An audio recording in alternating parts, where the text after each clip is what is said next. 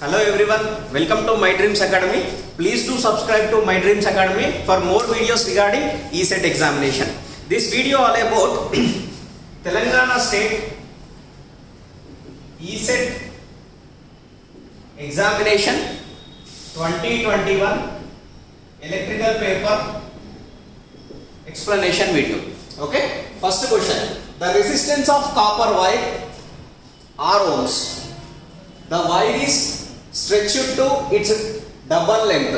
The new resistance, the wire in ohms. We need to calculate. We need to calculate new resistance. Generally, the people think that R is equals to rho L by A. So, if the length, the wire is stretched to its double the length. If the length is increased to double, then the value of resistance becomes double than that of original value. But this is wrong. Sir, why it is wrong? Because the value of the resistor does not change. So we need to make the value of the resistance should be constant. So I am multiplying L in the numerator as well as denominator. Then it will become rho L square divided by A into L. A into L is nothing but volume. So volume of the material is constant. Volume of the material is constant. This is constant. This does not change. Now, if the length of the wire is doubled, so length of the double R is directly proportional to L square. If the length doubles, then resistance value becomes 4 times of the original value. So this is not wrong. No, this is not answer. This is the correct answer. Okay. And the next question. The maximum power that can be transferred. This question is from maximum power transformation theorem to the load RL. So I will write the circuit here. This is the voltage V, and this is the resistance.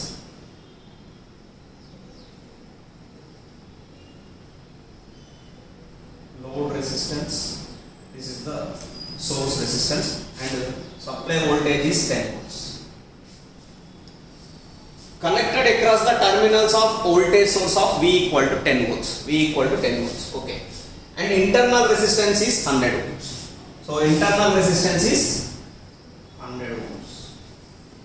If you wanted to transfer maximum power to the load, the RL value should be equals to RS, so that it will give 100 ohms.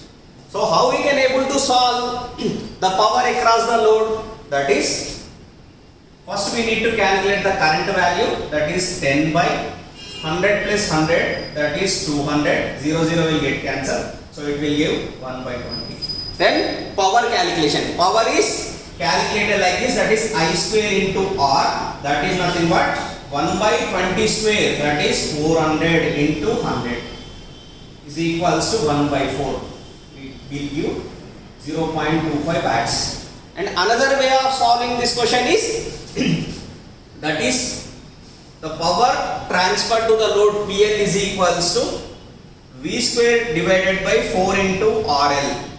We have discussed this in the maximum power transformation theorem. That is V value is 10, so 10 into 10, 100 divided by 4 into RL value is 100. So 100 will get cancelled. 1 by 4 is nothing but 0.25 watts. So the answer is 4. That is 0.25. Next, third question. The third question here is a voltage source 20 volts R in value. That is internal resistance of this voltage source is 5 ohms. Is connected in parallel with another voltage source of 10 volts. And the internal resistance of this voltage is 10 ohms. We need to calculate Thevenin's voltage. Okay. First of all, first source have internal resistance of 5 ohms. And the voltage value is 20 volts, which is parallel with another voltage source that is having internal resistance of 10 ohms. And the voltage source value is 10 volts. So these two are connected in parallel. We need to calculate Thevenin's voltage. Okay? So we need to calculate Thevenin's voltage. This is the Thevenin's voltage. That is nothing but this is the Thevenin's voltage. Okay? Assuming that this is the ground. So apply KCL to find the Thevenin's voltage. That is V Thevenin's minus 20. V Thevenin's minus 20 divided by resistance value 5 plus V Thevenin's minus 10. V Thevenin's minus 10 divided by 10 is equals to 0. Is equals to 0. So LCM of 5 and 10 will give 10. So 2 V Thevenin's minus 40 plus V Thevenin's minus 10 divided by 10 is equals to 0. So 2 V Thevenin's plus V Thevenin's, that is 3 V Thevenin's minus 40 minus 10, that is nothing but 50. So V Thevenin's value is 50 divided by 3. So which option is correct? Option 2 is correct. If it is asked about R Thevenin's value, then we need to make short circuit of voltage sources. Then these two resistors are connected in parallel. So R equivalent value is 5 into 10 divided by 15. 5 ones are 5 threes are. So R equivalent, that is nothing but R Thevenin's is equals to 10 by 3 ohms. Okay? Yes. Next, correct statement. We need to see which option is correct. Okay? 1 kilowatt hour is equals to 3.6 megajoules. So generally 1 watt hour is equals to 3.6 kilojoules. 1 watt hour is equals to 3.6 kilojoules. So 1 kilowatt hour equal to 3.6 megajoules. This is also correct. And 1 HP British 1 HP, that is 1 horsepower, is equals to 735.5 watts. This is wrong answer, because 1 HP in a British, that is 746 watts. So that is wrong. Next one, 1 HP in metric, 746. This is also wrong, because 1 HP in metric is equals to 735.5 watts is the correct answer. So these two options are wrong. Next one, 1 nanometer is equals to 1 Newton meter is equals to 1 joules. Yes, this is correct. 1 Newton meter is equals to 1 joules. So option A as well as D are correct. So fourth answer is correct. Next question, that is fifth question. So the fifth question is the power consumed by immersion heater, that is nothing but water heater operating on 230 volts, 50 hertz. The power consumed by that heater is 2.3 kilowatts. Then we need to calculate resistance of that heater. The power consumed in the heater, let us consider this is the heater and this is the heater resistance value. The voltage across this one is 230 volts. Okay? Yes. The power consumption in this is P is equals to 2.3 kilowatts. That is nothing but 2300 watts. So we need to calculate R value. The formula is P is equals to V square divided by R, so heater resistance. Here the V value is 230 into 230 divided by, we need to calculate R value, which is equals to, the power value is 2300. 2300. So 0 0 will get cancelled, and 23 ones are 23 ones are. So R value is equals to 23 ohms. Is it clear? Okay. So option 2 is correct. And the next question, two long single solenoids. Okay. Diameter of the inner coil is 60 millimeter. Outer coil is 70 millimeter. 70 millimeter. Then we need to calculate coefficient of coupling between these two coils. The coefficient of coupling between these two coils will be calculated like this. That is nothing but, so that is diameter of inner coil divided by diameter of outer coil. So the value of that one is 60 mm divided by 75 mm.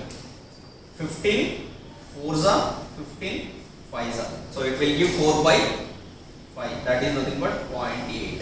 So which option is correct? Option 2 is correct. Seventh question. The question number 7 is, the plates of a parallel plate capacitor. So generally the capacitor is like this. These two are parallel plate, are designed to have cross section of 100 millimeter square. So area of the cross section of the plates is 100 millimeter square. That is nothing but 10 to the power of minus 6. Next, separated by the distance. So D is equals to 0.1 into 10 to the power of minus 3. So I can able to write this one 0.1 into 10 to the power of minus 3. That is nothing but 10 to the power of minus 4 min meters.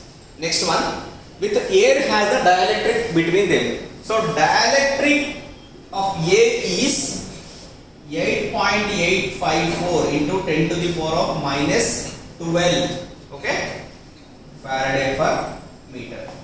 Next, and designed voltage value V is equals to 100 volts. So how much energy is stored in it? The energy stored in the capacitor is equals to, energy E is equals to 1 by 2 CV square. First of all, we need to calculate the value of C. Then after we will see energy storage in it. So C is equals to epsilon naught into A by D, because the actual formula of capacitor C is epsilon A divided by D, where epsilon is the permittivity of the dielectric. So it will be epsilon naught into epsilon R. So epsilon R is the relative permittivity. Here it is the dielectric. So dielectric between these two is air. So the dielectric relative permittivity is 1. Okay? Yes. Now epsilon naught A by D. So C is equals to, epsilon naught value is 8.854 into 10 to the power of minus 12, and A, area of the cross section of the plates, 100 into 10 to the power of minus 6 divided by the distance between the two plates, that is 10 to the power of minus 4. Okay, so 10 to the power of minus 4, here 10 to the power of minus 6, it will give 10 to the power of minus 2. So 10 to the power of minus 2 and 100 will get cancelled. So C value is equals to 8.854 into 10 to the power of minus 2. But we need to calculate energy stored in the capacitor. That is E is equals to 1 by 2. C value is this one, 8.854 into 10 to the power of minus 12 into CV square, that is 100 square. 100 into 100, that is nothing but 10 to the power of plus 4. So here 10 to the power of minus plus 4 and 10 to the power of minus 12, it will give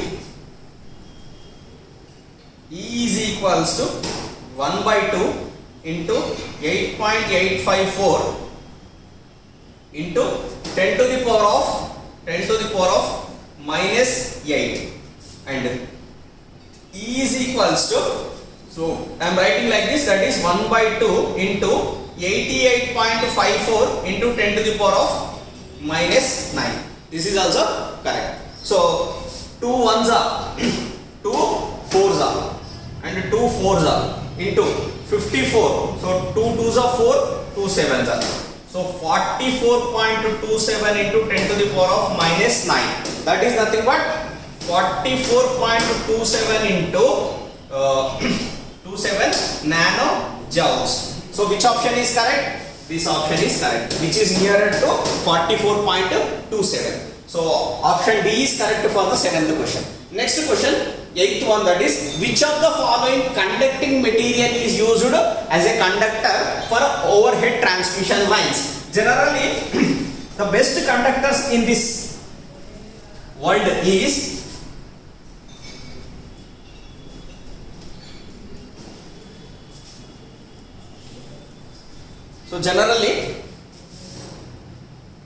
silver,